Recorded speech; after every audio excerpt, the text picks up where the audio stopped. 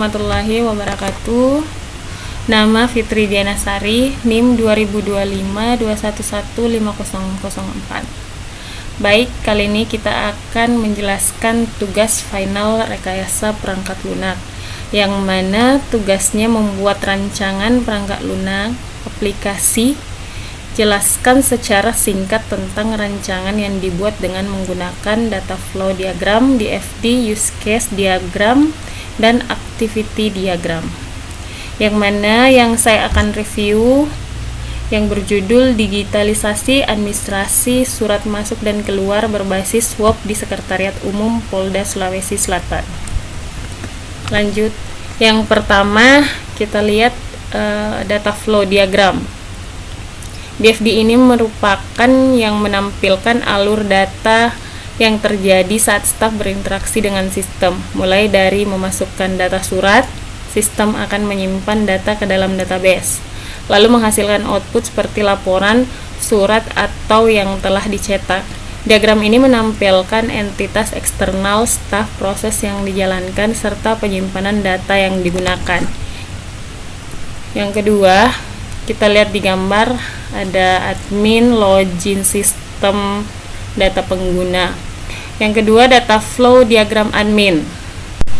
Pada DFD ini diperlihatkan bagaimana admin mengelola data dalam sistem. Admin melakukan proses verifikasi terhadap data yang dimasukkan oleh staf, mengakses dan memperbaharui data pengguna, serta menghasilkan laporan aliran data antara admin sistem dan database digambarkan jelas untuk menunjukkan peran admin dalam menjaga integritas data.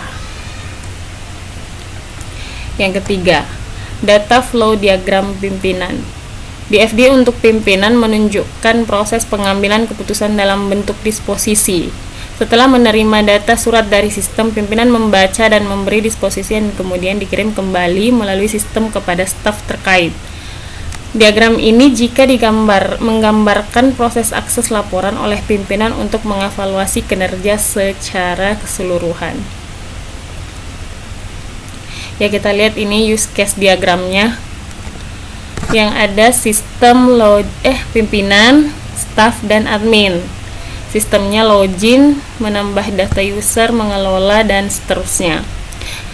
Digitalisasi administrasi surat masuk dan keluar berbasis web di Sekretariat Umum Polda Sulawesi Selatan terdapat 3 aktor pengguna, staf, admin, dan pimpinan, di mana admin memiliki beberapa use case seperti login ke sistem, menambah data user, melihat surat masuk atau keluar, mencari surat, mengunduh surat, dan cetak surat. Staf memiliki use case yaitu login ke sistem, mengelola surat masuk dan surat keluar, melakukan disposisi surat masuk, mencari surat, mengunduh surat, dan cetak laporan. Dan pimpinan memiliki use case login ke sistem, melakukan disposisi surat masuk, melihat surat, mencari surat, lalu mengunduh surat. Activity diagram. Yang selanjutnya ini adalah activity diagram staff. Gambar di samping adalah diagram yang menjelaskan alur aktivitas yang dilakukan oleh staf, dimulai dari login ke sistem, kemudian melanjutkan dengan menginput data surat masuk atau surat keluar. Setelah input selesai, staf dapat mencetak surat, mengarsipkan atau mengirimkan surat tersebut ke pihak terkait. Selanjutnya, activity diagram admin. Kita lihat gambar di samping. Dalam diagram ini digambarkan proses kerja admin. Dalam sistem, admin memulai aktivitas dengan login, lalu dapat mengelola data pengguna, melakukan verifikasi data surat, serta menyusun laporan. Admin juga memiliki akses untuk melakukan pengarsipan dan memantau proses disposisi dilakukan pimpinan. Yang ketiga, activity diagram pimpinan. Activity diagram ini menggambarkan aktivitas yang dilakukan oleh pimpinan.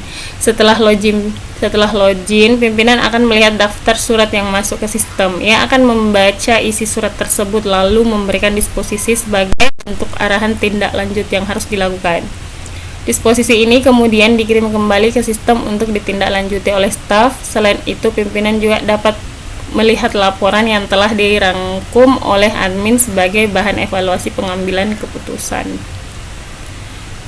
Baik, itulah tadi tugas final rekayasa perangkat lunak. Semoga ini bisa menjadi bahan untuk pelajaran kedepannya, dan insyaallah akan lebih bagus lagi dalam rekayasa perangkat lunak. Terima kasih. Assalamualaikum warahmatullahi wabarakatuh.